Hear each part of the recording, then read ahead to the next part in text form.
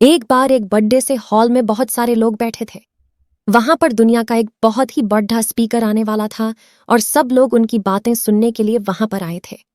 लगभग 10 मिनट के बाद वह स्पीकर स्टेज पर आ जाता है और वह बोलता है कि अगर आपने मेरी बात ठीक से सुन ली और समझ ली तो आपकी जिंदगी पूरी तरह से बदल जाएगी। उसके बाद वह अपनी जेब से एक बिल्कुल नया चमकता हुआ 500 रुपये का नोट निकालता है और उसको ऊपर करके सबसे पूछता है कि ये नोट आप में से किसको चाहिए। ये सुनते ही सब लोग अपने अपने हाथ ऊपर कर देते हैं। वह स्पीकर बोलता है कि ये नोट मैं आप में से किसी एक को दूंगा, लेकिन इसके लिए आपको थोड़ा वेट करना होगा। अब वह स्पीकर उस नोट को अपनी मुट्ठी में बंद कर लेता है और थोड़ी देर तक उसको मसलता है। अब उस नए नोट में सल्पडीडीएच जाते हैं और वह थोड़ा पुराना सा दिखने लगता है और वह एक किनारे से थोड़ा फट भी जाता है। इसके बाद वह फिर उस नोट को ऊपर करके पूछता है, अब ये 500 का नोट किसको चाहिए।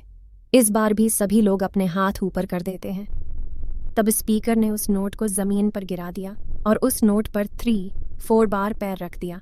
इससे नोट और भी पुराना हो गया और उस पर थोड़ी मिट्टी भी लग गई थी।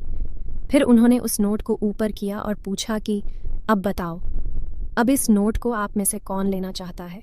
और इस बार फिर सब के सब ने अपने हाथ ऊपर कर दिए। स्पीकर अब नोट को फिर से नीचे जमीन पर गिरा देता है और उसके ऊपर कूद कूद कर उसको दोनों पैरों से रगड़ा देता है और उसके ऊपर चाय भी गिरा देता है। अब नोट इतना गंदा हो जाता है कि उसको पहचानना भी मुश्किल होता है। कोई भी उस नोट को देखता तो यही बोलता कि अब यह सिर्फ एक गंदा कागज का टुकड़ा, अब यह बेकार है, इस दुनिया में इसकी कोई वैल्यू नहीं है।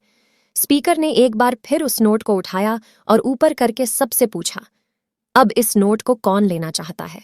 और इस बार भी सबके सबने अपने हाथ ऊपर कर दिए। कितना भी गंदा पुराना मिट्टी में सना हुआ चाय का दाग लगा हुआ हो, लेकिन अभी भी वह 500 रुपये का नोट ही था। जिंदगी कई बार बड़े बड़े झटके देती है। आप एग्जाम में फेल हो जाते हो या जॉब के इंटरव्यू के बाद आपका सिलेक्शन नहीं होता। जब आपका बुरा समय चल रहा होता है और आप सिचुएशन का सामना कर रहे होते हो, उसके बाद आपको लगने लगता है कि आप सफलता के लायक ही नहीं हैं। आपको लगता है कि दूसरे लोग आपसे बेटर हैं और आप किसी काम के नहीं हो, आपकी कोई वैल्यू नहीं है।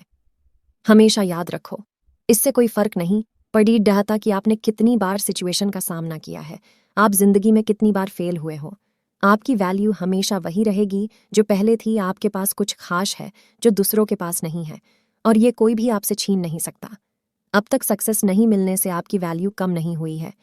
आप अभी भी अपने बारे में कितना भी लो फील कर रहे हो, उससे कोई फर्क नहीं पड़ता। जो लोग आपको अच्छे से समझते हैं वो लोग आपके वैल्यू को उतना ही मानेंगे जितना पहले मानते थे। तो अपनी वैल्यू को समझो